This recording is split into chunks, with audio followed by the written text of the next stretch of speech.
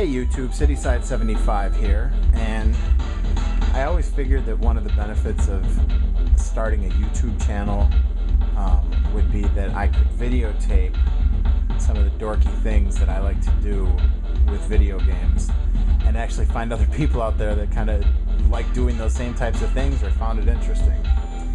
So I don't really finish a ton of games that I play, but I do like to have a lot of different games because I love comparing platforms and sequels or other versions, things like that.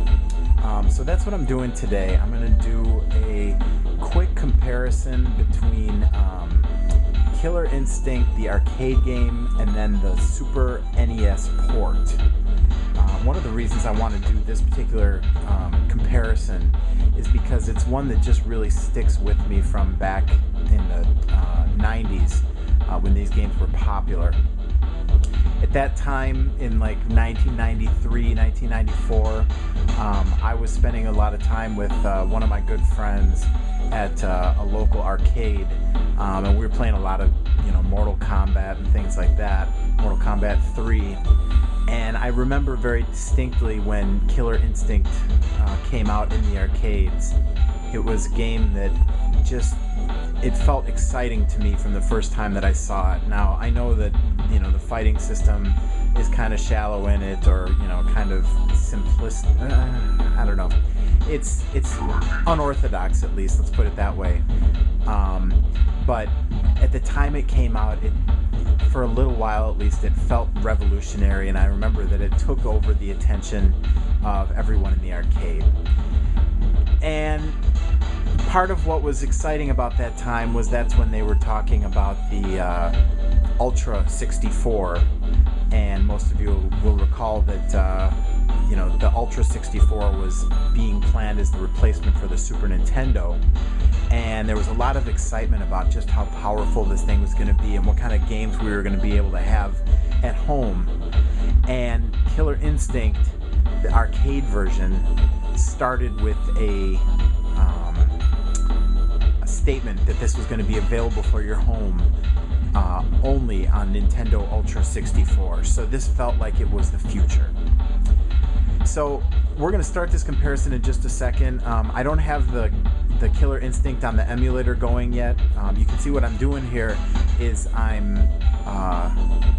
working a split screen here on my TV. So I've got my Xbox hooked up with the KI XXX emulator booted up here. And then on the left side of the screen right now, I've got the Super Nintendo playing on my real Super Nintendo. What I'm going to do is I'm going to swap back and forth. I'm going to full screen both of them and kind of do with my TV and my remote what I should be doing with video editing, but this way will work better for me. Okay, so, and I haven't started the Xbox emulator yet because it does crash if you let it run in the attract mode for too long, so I don't want to have to restart the whole Xbox, although I may have to. Once you're actually playing the game, though, it doesn't mess up, so I didn't want to start it yet. So what I'm going to do now is I'm going to go ahead and I'm going to queue up the arcade version and the Super Nintendo version side by side. So I'm going to go ahead and swap them here. Okay.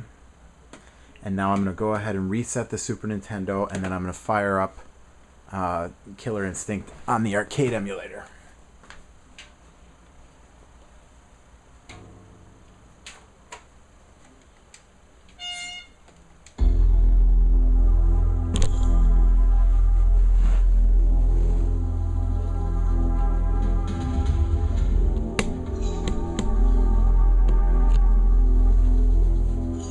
So this emulator isn't 100% perfect, but it's pretty close. It's certainly close enough for this comparison. So this was what I found just so exciting. Killer Instinct, again, it doesn't look like much now, but these little video clips that they showed here and all the cool music. You could tell it wasn't synthesized music. It sounded like, you know, real recorded music. It just had great audio-visual effects, even in this attract screen here. And you can see that they tried to replicate it with the Super Nintendo. And, you know, considering the system ability, you know, they did an alright job, but... Alright, so I'm going to go ahead and I'm going to start a game of Killer Instinct Arcade here on the left, and I'm going to start a game of Super Nintendo on the right, just so we can just get a quick look at how these menu screens compare here.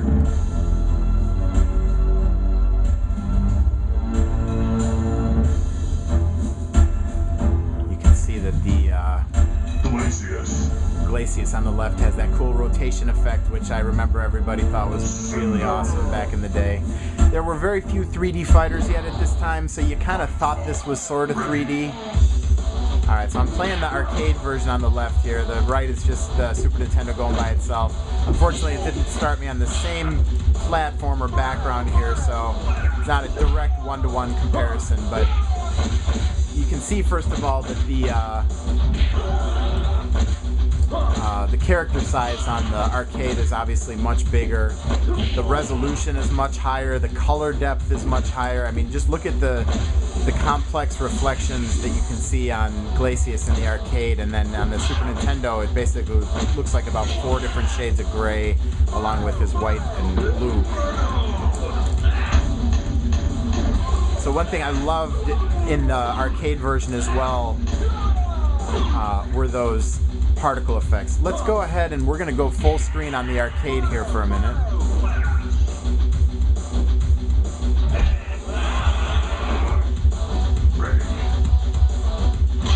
Sorry. Okay, so now we're full screen on the arcade version. Let me go ahead and see if I can...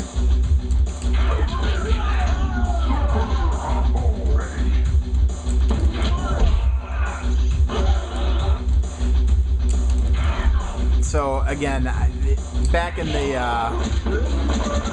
at the time when this came out in the arcade, the graphics looked like a huge step up to most people, I think, from like Mortal Kombat 3 and Street Fighter.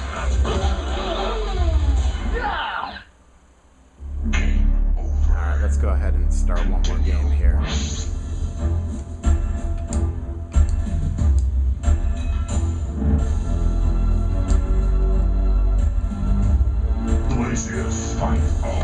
Ready.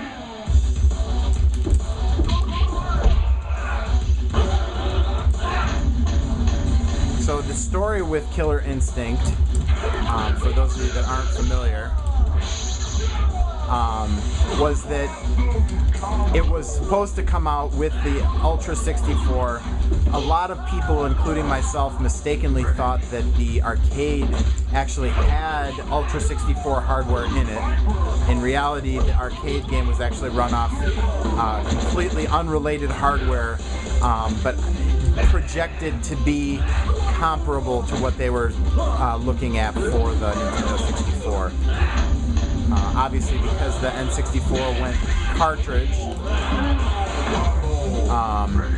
it wasn't able to have the FMV effects and things like that this arcade game had, and as it turned out, this game never made it to the Nintendo 64 or the Ultra 64 because the system ended up getting delayed for a year, and in order to appease the fans, Nintendo decided to go ahead and release it on the Super Nintendo. And at the time, I can remember that when this was first announced, it was considered to be a very controversial decision by Nintendo, because the thought was supposed to be that this game was so advanced that the only system that could play it was the Ultra 64, and now here they are saying that no, we can make a version for the Super Nintendo that's going to be very close to the arcade game, which is what they were promising. So, and of course at the time, I was not going for the PlayStation. I was going to wait for the N64. So I was so excited that they claimed that this game was going to be. They didn't. I don't recall them saying arcade perfect, but very close to arcade perfect. And that's what we ended up with. So now let's go ahead and we're going to switch over to the Super Nintendo version.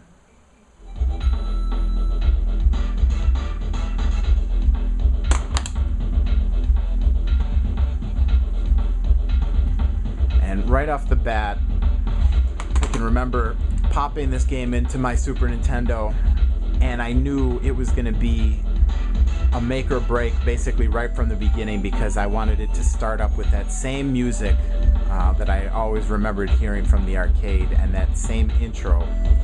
And when it started up, I would say, pleased. You didn't have back then, obviously, an ability to do a one-to-one comparison. And when I heard this intro music here, I felt like it sounded pretty close. So I was happy. And then this intro looked pretty close to the arcade to me. So let's go ahead and jump in here. And, you know, they touted the fact, they touted a few things that were supposedly improvements versus the arcade, and one of them was that tournament mode. They also touted the fact that you had noticed that the FMV intros were replaced by still screens. That's, of course, by necessity. So if you look at the graphics right away, again, the first impression that you get, at least that I got back then, this was so important to me. I was so anxious to get a version of Killer Instinct for the home that did justice to the arcade game that I was so impressed by. And yeah, when you first look at it, it was pretty pleasantly surprising. It looks relatively close, that background does, the quality of those graphics. Of course, the fighters don't look nearly as good. Now, one thing that they also touted that was kind of surprising was that the full announcer was going to be present. And he is technically, he calls off all the, you know, triple combo, super combo, awesome combo. But he is definitely very truncated compared to his arcade counterpart. He speaks very quickly. Super combo. So that's kind of funny. It makes me laugh. Alright, so we're going to go ahead and do one more here. So, like I said, when I saw the backgrounds,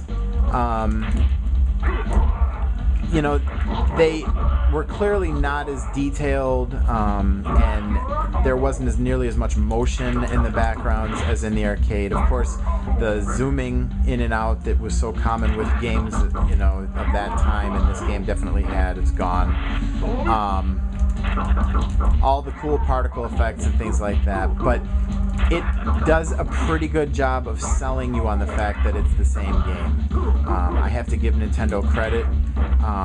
Another thing that they did that was cool was, like I said, the music is close, but certainly not as good when you play the two side by side. But they included a CD with the game as well that had the arcade music on it, and I can remember I would sometimes play that in the background while I was playing this game to give me more of that arcade feel. Alright, well, I think that'll about do it here. I think we'll go ahead and call this video. We're at about 14 minutes. But yeah, just I guess some quick final thoughts. Like I said, for me, this comparison is always one that I enjoy looking at, because this was an exciting time. Let's see here. Let's see if this guy's locked up. No, he's not locked up. That's good. This was an exciting time in the arcades and in the home market as well, when it seemed like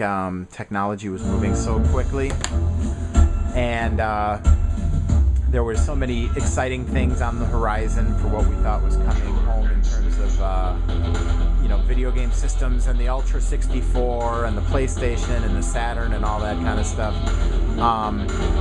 And it's interesting to look back now and remember how high those expectations were for that home port. And like I said, they did a pretty good job of delivering something that was close enough.